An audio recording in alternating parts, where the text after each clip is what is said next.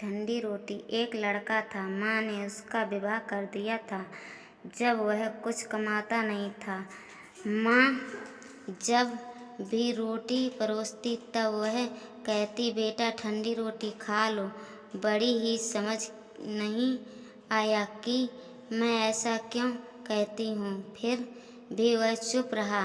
उसमें किसी काम से बाहर गई थी।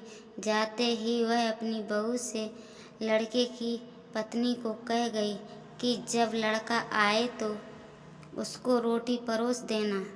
जब रोटी परोस कह देना कि ठंडी रोटी है, लो खा लो।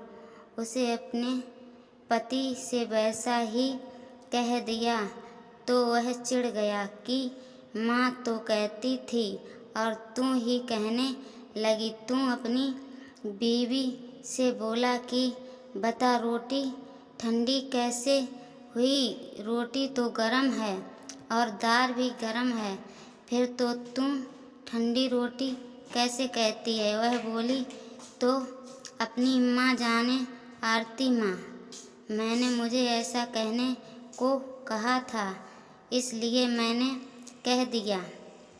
वह बोला कि रोटी नहीं खाऊंगा, मैं तो कहती थी, तू भी कहने लगी, फिर सीख गई।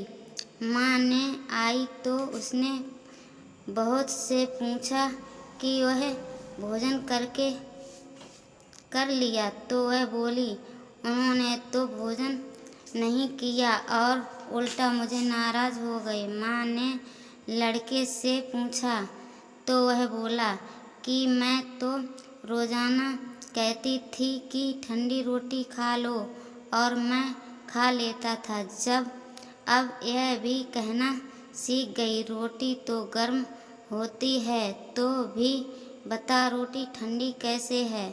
माँ ने अपने बेटे से कहा कि बेटा ठंडी रोटी इसको कहते हैं। जो बेटा बोला, ना सुबह की बनाई हुई रोटी शाम को ठंडी होती है, बासी और ठंडी और ताज़ी रोटी गर्म होती है। माँ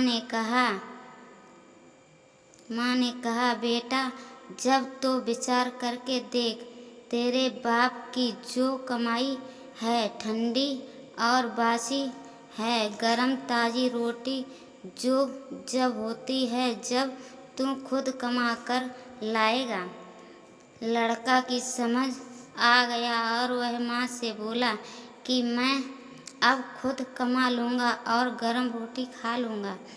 इस कहानी से हमें यह शिक्षा मिलती है कि विवाह के बाद ठंडी रोटी नहीं खानी चाहिए और कमाई हुई रोटी को खानी चाहिए। इसलिए वह तभी से खानी चाहिए जब स्त्री और बच्चों का पालन पोषण करने की ताकत हो। यह ताकत ना तो विवाह नहीं करना चाहिए। दोस्तों, आपको यह कहानी कैसी लगी? लाइक और सब्सक्राइब करना न भूलें। धन्यवाद। का चाचा